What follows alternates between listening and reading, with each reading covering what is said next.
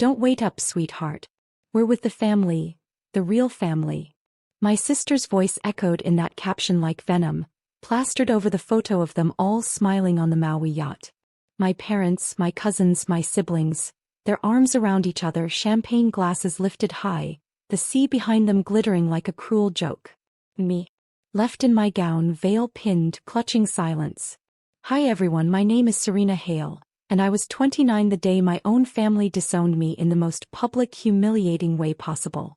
Tell me, how does a heart keep beating when the people who raised it decide it's disposable? Hours earlier, my mom had sent me a text, "We won't make it. Don't take it personally." But this wasn't absence. This was exile. A statement carved into pixels. Peace. Family.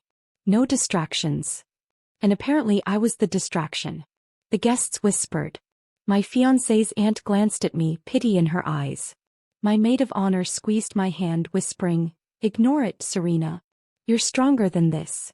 But the truth? I was breaking. The music played, the vows were said, and I wore a smile so rehearsed it hurt more than tears.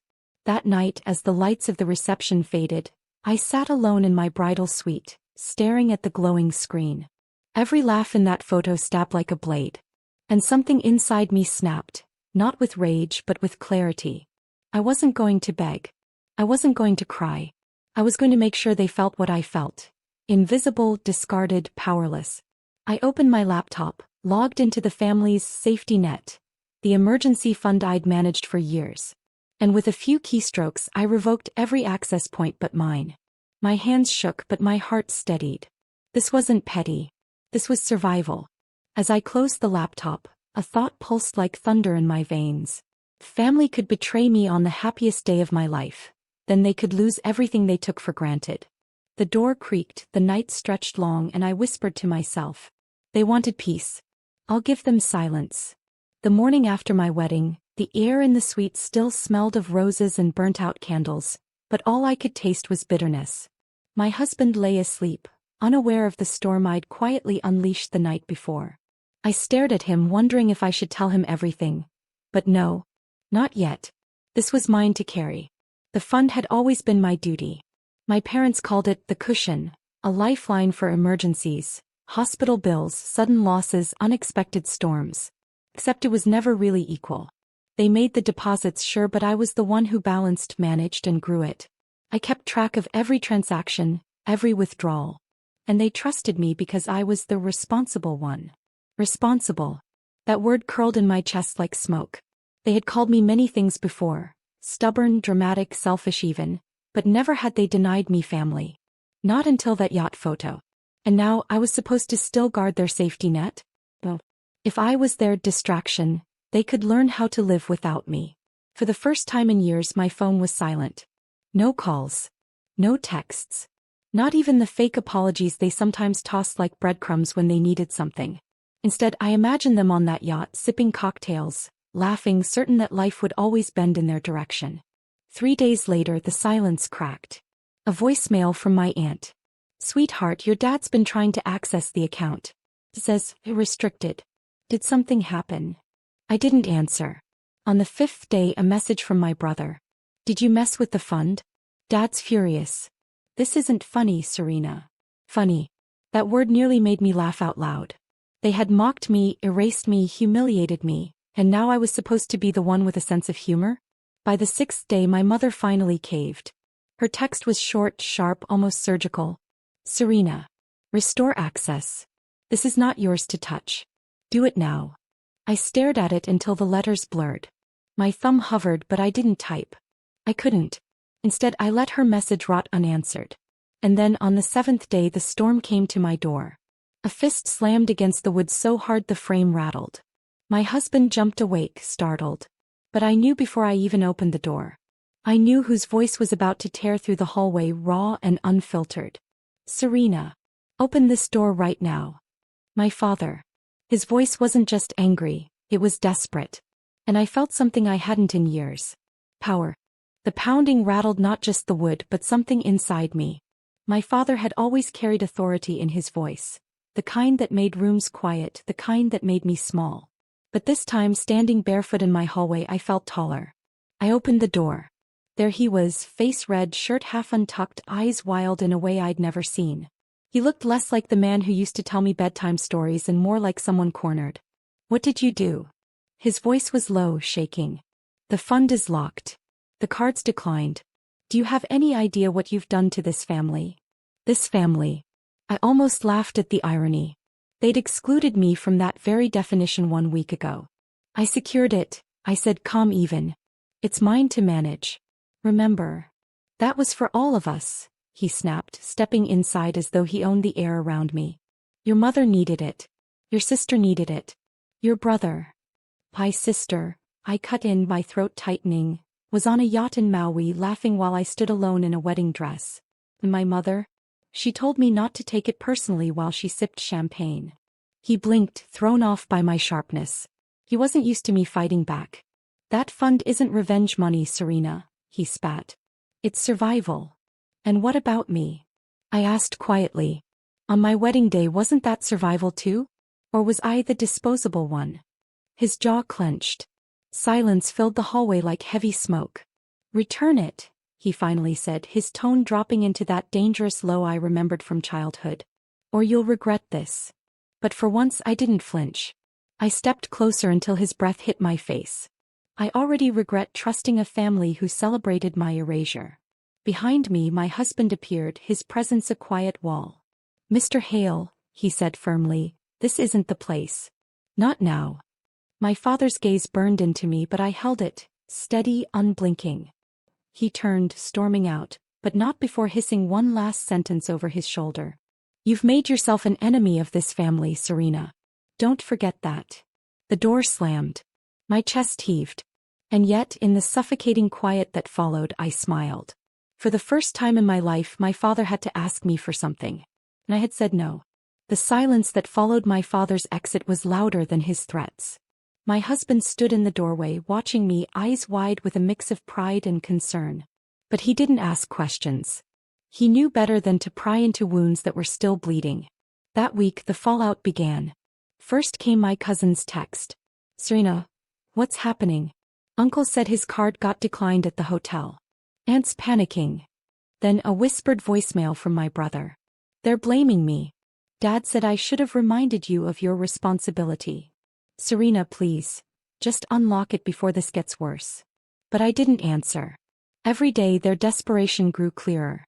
My sister posted fewer vacation photos. Then none at all. My mother's Facebook updates, once filled with curated perfection, vanished into silence. The yacht trip ended without the glittering finale they'd expected. By the third week, the stories began trickling back to me through people I barely knew. A hospital bill unpaid. A mortgage installment bounced. My father, the great provider, suddenly cornered by creditors who smelled weakness. I wasn't celebrating their pain. It wasn't joy I felt watching them stumble. It was something colder, sharper. Justice. For once, they couldn't buy their way out of shame. Late at night, though the doubts crept in, I'd sit by the window staring at the city lights, wondering if I'd gone too far. This made me cruel. Then I'd see that photo again in my mind. The yacht, their laughter, my absence. And the doubts turned to steel. One evening as I was preparing dinner, my phone lit up with an unknown number. Against my better judgment, I answered. "Serena." My mother's voice, shaky, almost unrecognizable. "Please. Your father's business partners are threatening to pull out. Your sister's tuition payment bounced. We need you." There was the word I'd waited my whole life to hear. Need. "Do you remember what you texted me on my wedding day?" I asked softly. Silence. Then a broken whisper, "Don't take it personally." I closed my eyes, letting the words sink. "Now you know what it feels like." And I hung up. The knife in my hand trembled as I returned to chopping vegetables. My husband touched my shoulder, grounding me. But deep down I knew something bigger was coming. Because people like my parents didn't beg for long. They plotted. And I had just painted a target on my back. The storm didn't come with fists this time. It came in whispers. I overheard them first through my cousin. She slipped up on a call, not realizing I was listening. "Your mom says they're meeting with a lawyer. They're figuring out how to force your hand." Force. The word chilled me. I imagined them gathered in the living room of the house I once called home. My father pacing, my mother with her pearls clutched tight, my sister pretending to cry into a silk handkerchief. I could almost hear the venom. Serena thinks she's clever. Serena doesn't understand family. Serena owes us. But the truth was simpler. Serena had stopped kneeling. That week I felt the pressure close in. A letter slid under my apartment door. Official stationery, my father's name bold at the bottom, demanding access to shared assets. I laughed bitterly. Shared? Since when had they shared anything with me but humiliation? My husband worried, but he trusted me. You know what you're doing, he said one night, wrapping his arms around me. Just don't let them drag you back into their poison. Still, their reach slithered closer. My job called. HR saying my father had been sniffing around asking about my salary. My bank flagged unusual attempts at access. They weren't just desperate, they were reckless. And then the cracks widened. At a family friend's dinner, one I hadn't attended, word spread that my father's company was drowning in debt. That the emergency fund had been less about emergencies and more about covering his gambling streak, his quiet business losses, his need to look untouchable. It hit me then. This wasn't about survival. This was about image. My wedding hadn't been an inconvenience. It had been a threat. Because marrying me meant admitting to the world that they couldn't curate perfection forever. The more I learned, the clearer the picture became. My sister's tuition wasn't unpaid because of me. It was because the money had been siphoned long ago. My mother's desperate calls weren't about family. They were about keeping face in front of her glittering friends. I was never the distraction. I was the scapegoat. That night I opened my laptop again. For the first time I didn't just stare at the numbers. I made copies. Transfers. Evidence. I built a wall of digital proof. Every reckless withdrawal. Every lie hidden behind family security. Because I knew what was coming. And if they wanted war, I was going to give them a battlefield. The first crack I delivered wasn't loud. It was quiet, surgical. I sent the files anonymously. A carefully curated package of truth, wrapped in numbers and dates, emailed to my father's business partners, my mother's charity board and my sister's dean. No commentary, no finger-pointing, just the receipts of their lies. By morning the ripple hit shore. My phone buzzed with news alerts. Hale Enterprises faces questions over missing funds. My father's name in headlines, his reputation bleeding out in black and white. By noon my sister called me from a blocked number, her voice frantic. What the hell did you do? They're dragging us through hell. Reporters are calling me. I let her scream. I let her spit venom. Then I whispered, I just showed them the reflection you've been running from. She hung up. But the damage was irreversible. At dinner that night my husband and I sat across from each other in the quiet, the TV flickering in the background. A news anchor read aloud details from the very fund I'd guarded, the one they thought was theirs to burn. My father's gambling debts. My mother's withdrawals to cover luxury trips disguised as family needs. My brother's failed investments. For once their empire wasn't polished. It was raw, naked, humiliated. And the calls came pouring in. Serena, my aunt's voice cracked over voicemail. Your father hasn't left his office all day. He says you've ruined him. But sweetheart, maybe you saved him. Maybe you saved us all from his lies. Saved. The irony cut deep. But revenge never tastes the way you think it will. I didn't feel joy. I didn't feel triumph. I felt steady. Like I'd finally dropped the weight I'd carried for years. Still, beneath the calm I knew this wasn't the end. Because my parents weren't people who surrendered. They were people who clawed, who bit, who bled others dry before ever admitting defeat. And sure enough, at midnight the final blow arrived. A message from my father, short, venomous, unmistakable. You've destroyed your family, Serena. But if you think you've won, wait. You'll see what losing really feels like. I stared at the words, my chest tight, my pulse slow.